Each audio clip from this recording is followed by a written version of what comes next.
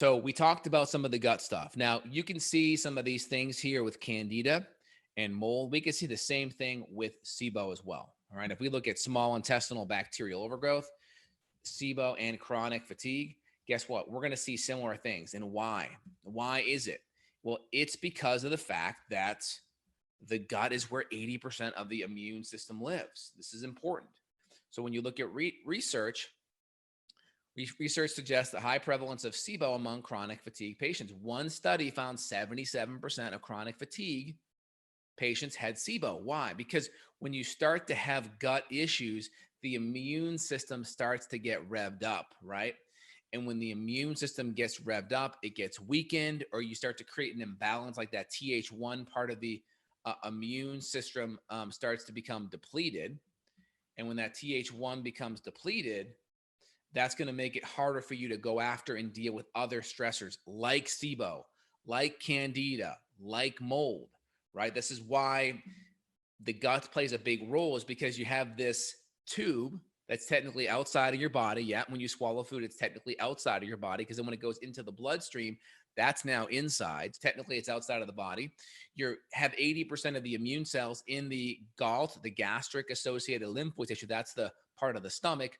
And then we have the MALT, that's the mucus associated lymphoid tissue. That's in the small intestine.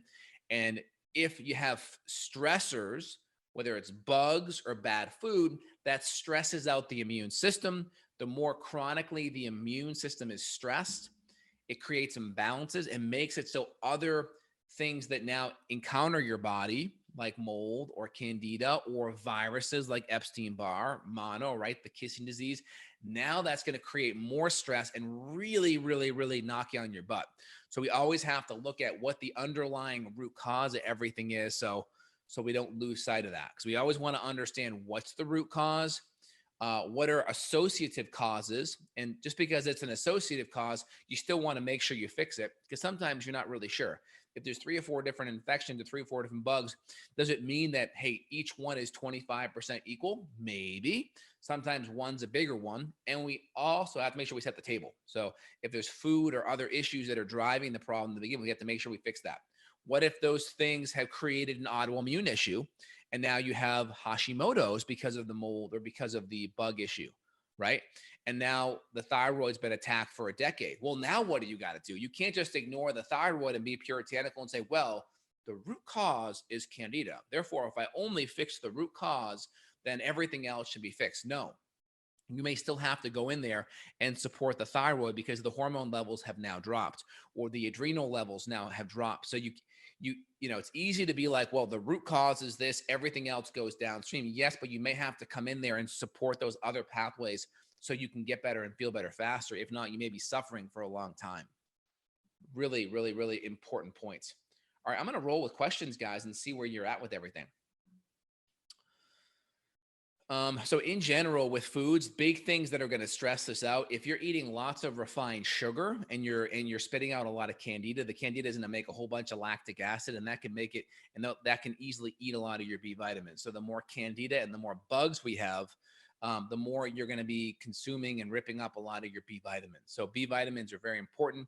When you have bad bacteria, it's going to make it a lot harder for you to consume a lot of those good, healthy B vitamins, because your bugs in your gut are going to be consuming it for you. That's like super, super important. Bugs in your gut are going to be consuming it. Number 2 is the bacteria is going to produce toxins. And this is big, because these toxins now put more stress on your gut. So put more stress on your detoxification pathway. So when you have a lot more gut toxins like lipopolysaccharide or endotoxin, or the different mycotoxins maybe made by candida, now your detoxification pathways get stressed. And now the sulfur that your body needs to run detoxification pathway have to get upregulated. You're going to need more B vitamins like B12 and folate and B6. So you're going to need more of those nutrients as well to run those detoxification pathways.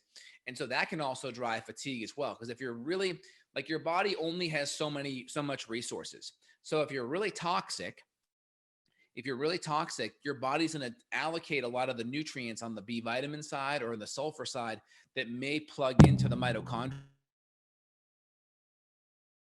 detoxification pathway, so you have less resources over here.